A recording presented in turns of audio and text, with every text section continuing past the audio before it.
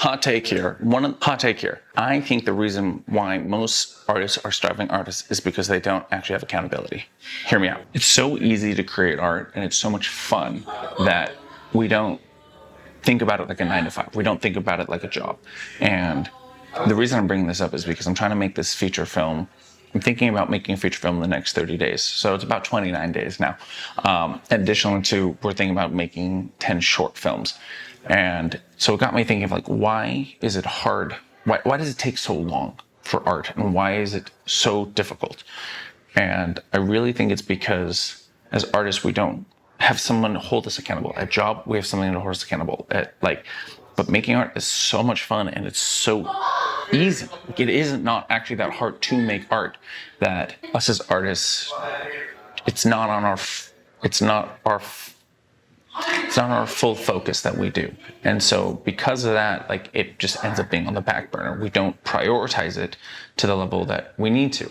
But you see the artists that are unbelievably successful, they prioritize their art. Like, I love the stories of hip hop artists specifically because you hear how they've prioritized it. For example, like I love the story about Logic, who basically gave himself, I think it was a year to make it, to get a deal, and he did. Same, I mean, then you have it on the acting side also with John Krasinski, where literally he called his mom, he's like, I'm gonna move out to LA, and he gave himself 2 years to kind of make it as an actor. And he called his mom after 2 years of trying, but mainly waiting tables, and he was like, okay, I'm gonna give up. I'm gonna come back home. I'm gonna figure out something else to do. And his mom was like, just give it a couple more weeks. Just come on, you got this. 3 weeks later, he booked The Office. So like, you never know what's gonna happen. You just have to keep going. So one of the things I'm doing today is having a couple meetings to work on these short films. So just had that first meeting. Super interesting. It's with a gal that we're like Facebook friends, and we've decided to meet on some film stuff. She used to be a stunt actress, and at the end of the day, she really wants to be a singer. And so part of what I was talking to her about, but she gets this fear and apprehension on it. And it's so interesting because it literally, so ironically, and like not ironically, but like literally was what I was just saying about accountability. Like I should have just recorded the entire conversation for the vlog because it's literally what went hand in hand with what I was just saying on camera. And I know on camera, it'll look like we didn't have a conversation, but that was an 1.5-hour conversation literally about accountability. It was like needing to promote more, needing to go make art more. And I can tell part of her apprehension was she says it's about making the art, but the problem is that she doesn't have somebody kick her butt. I gave her this analogy, which was, imagine if for every song you wrote, you got $1 for, $10 for, whatever, you can make up a number. But you don't get paid until you write 100 songs. How fast would you get those 100 songs done? And that's kind of the mentality I've been kind of pushing myself, was like every video I make, every vlog I make, every podcast episode I do, every short film I make is worth like $20. It's worth $5, worth $1. How many videos would I pump out before I made that first $100, $1,000, $10,000?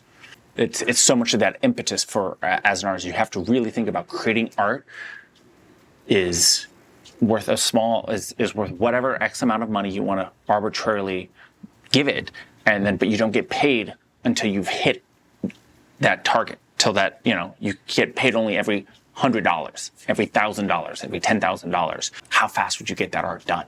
Because realize the more art you make, the better you're going to get at it. That's the only way it's going to happen. Yes, there are the 0.0001% of us that are savants, proteges, no, that's not the right word, but you know what I'm saying. The people who are the naturally gifted, born with it, go go fuck yourself type people. But for the rest of us normal people, you have to work so hard to be able to achieve the goals. I say that as an interesting little side bit to be able to achieve the goals you want to achieve. All right, what are you working on? Rewrites on a script. One of the shortcuts. One of the 10. Oh yeah. Here's our list. This is by far the best named one. What is it called? Irish package. Oh my god, that's utterly ridiculous. So we just finished this second meeting, and technically actually had a third. We ran into another friend of ours that is an actress and was talking to her. But I wanted just to go over kind of what your biggest takeaways were from this second meeting with Ben. I don't know. You go first. I have to think about it. I thought what was cool was, seeing an actor who wants to play leading roles, but was also very happy and to just humble himself in the sense of like, I'll be an extra in your film. Like I want to act. Yeah. And you could see really like, to me, it was a great sign because it was somebody who loves just the craft of acting and who wanted to just be on set. And was just like, I just know I need more times up at bat to be able to do it and to get more times in the room and to be around people who are wanting to who are wanting to be in the space and who want to be in the industry and who are working on it. Yeah. I always find it so interesting, and we've talked about it with like famous people, the amount of people that it's like they had their little group, they all lived together, they all came up together. I was just doing research on Gilda Radner and how she got on SNL, and it's like she was in a play beforehand with Bill Murray, right? and Eugene Levy and like others that like none of them were famous at the time, and it was a musical, and it was book and lyrics by Stephen Schwartz long before Wicked, and you're just like, oh my god, like it's a bit like incestuous, but in a way that but you're collaborating and you the really family that you come up with, right? And it's really building that family, and you see it across all art forms and all industries and just every different position. Yeah. Like you really need that team. Yeah, exactly. And I don't say it in a bad way. Like I think it's a good thing, and it's something where like because you have that 6 degrees of separation thing and you start meeting and talking with more people and you really see that that's true, because all of a sudden they're like, oh, well, I worked on blah, blah, blah. I'm not going to say who he said, but he talked about someone who's like huge actor. That person knows fucking everybody. And Project Ben just yeah. There was a project that a friend had worked on with like one of the top guys. Yeah. Like one of the top who would know like everybody else. And that's what, 2 degrees of separation? Like really doing that and recognizing that and being willing to like go out and meet people and get out of your comfort zone and just and like he said and what you just took away from that of like being willing to kind of do anything to network and just like be there. And I think that it's not always something that you want to do. Sometimes it can feel like maybe beneath you or whatever, but it's, I think, not the right perspective. And seeing him and what he's been able to do thus far and opportunities he's maybe had, whether he cast the role or not, like you have to be willing to do that, and I think it was really beautiful. So we got one more meeting later today. We got a lot more production that we got to get done. You got to get this one of these scripts rewritten. I got to get one of these other shorts written, and I have a whole nother one to write. Yeah, you have another one to write, and so do I. And from there, we're going to. We have this meeting later today at 3:45 with another friend of ours on, which she might star in 2 of the shorts. Yeah. So that's good. Fun. And a lot more production. Let's get to it. So a quick update is we've given notes on 2 of the scripts to Courtney, and I am currently doing a rewrite on one of them myself. Very exciting.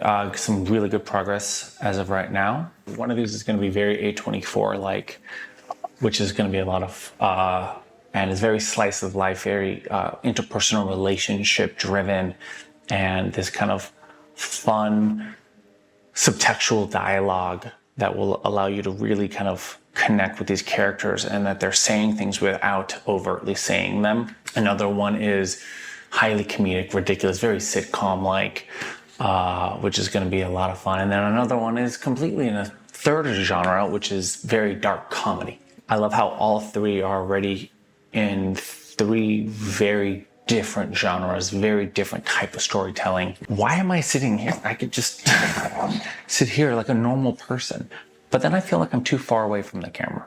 I don't know. The thing that I am struggling with though right now is the ending, is exactly how overt do I want to get the dialogue versus keeping it to a level of subtext. But I feel like there's a point where it needs to shift from being this very subtextual dialogue and they're talking about things that they're not actually talking about to then, do we bring in the overt? This is what I have attention on. This is what I want to discuss. And it's kind of that balance of that and how we do that in our own lives and how we are talking about things without talking about them. So that's currently what I'm figuring out.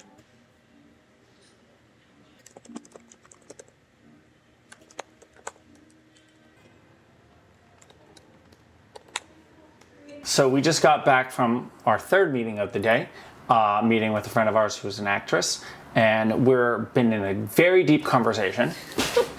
and it wasn't on camera. And I was like, Courtney, shut up! We need to start pulling out the camera. So, don't know how much of this is going to be, we're going to make it into the film and into this vlog, but I wanted to have some of this conversation on camera. Also, I'm doing a different style in terms of this vlog. I'm doing less the Casey Neistat and more the Sam Selnick, which is basically less the cool, I know you don't know any of these people, but basically the less the like cool editing and more just like, hey, this is what it's like being with us as we do this journey and the things that we're learning. So it's a little bit of like what we're doing with the past week podcast, but that was my version of not having to do the vlog. I created this podcast. Okay. So, TLDR on this. Now we're just daily vlogging. So, I was like, I don't want to do a daily vlog anymore. Or, in general, I haven't done a daily vlog in like a couple years. And so, Courtney and I were going to do this podcast. We did 2 episodes. We lasted 2 episodes! Sorry, babe. Which was this past week as an artist, where we go over what we did, what we learned, where we're going. I got roped back into doing a vlog, which was the whole purpose of the podcast, was to not have to do the vlog. So, there you that's go. what we're...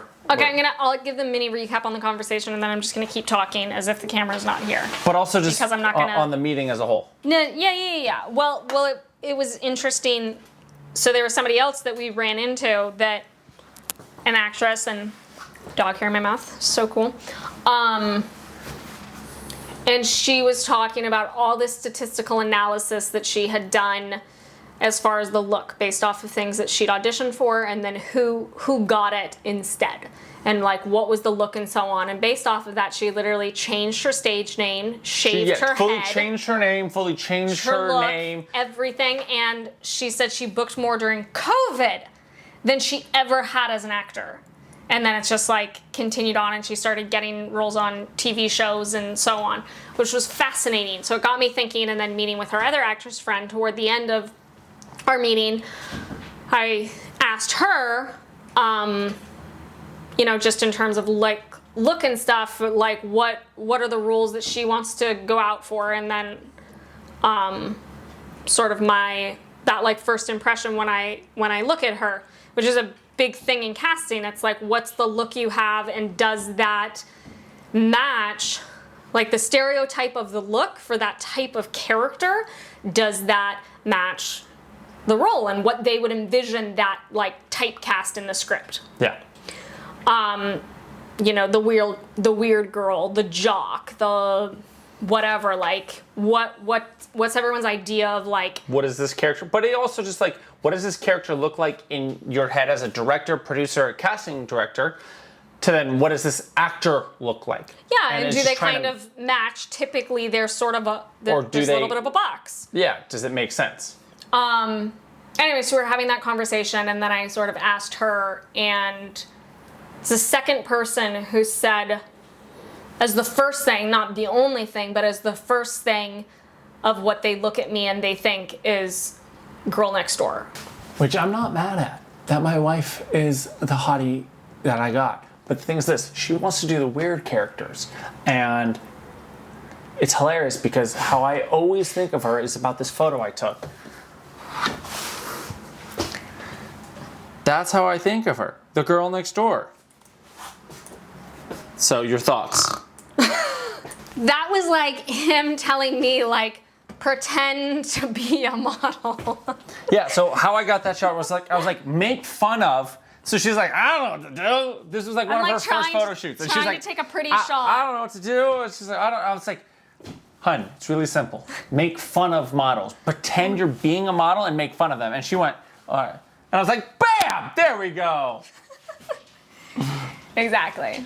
But it's just so interesting, and that was the conversation that we were having of just like, okay, and I'm curious to survey other people because it becomes a conversation of, to be frank, as an actor, like you are selling what you look like. And as much as we cannot love that, and sometimes I want to just like have crazy blue nails or chop off my hair and dye it purple, like... She doesn't actually want to do that. But I have wanted to. There's like that part of me that like wants to be that like weird rebel. And you won't do let me whatever dye my I hair want. blonde. You know what? Everybody's got their contradictions. It's what makes me a dynamic and Did you feed interesting her? person. I did. So our dog comes over here like this and starts begging for food. Like she's gonna get something. But she's begging for love. No, I think she wants more food. Or a W. We can't say W-A-L-K in this household. All right. Anyway, and it becomes an interesting thing, and where like even just this next batch of short films that we want to do, I was writing stuff based off of the like weird comedic characters that I want to do. But it is interesting if that's not the look, girlfriend, like getting all up in my hoochie. Hi. If that's not what people first think of when they see me, for whatever reason, because of the way I look, because of the hair, because of the way I dressed, like, I don't know. It's not how I necessarily perceive myself, Yeah. and it's not how I think I'm portraying myself, and it's not necessarily... You're very beautiful. But I don't feel like I look like Jennifer Aniston, so I'm like, I'm not the girl next door. Anyway, comment. We need survey from other people. When you look at me, what is your first impression of the type of character that you think that I should play?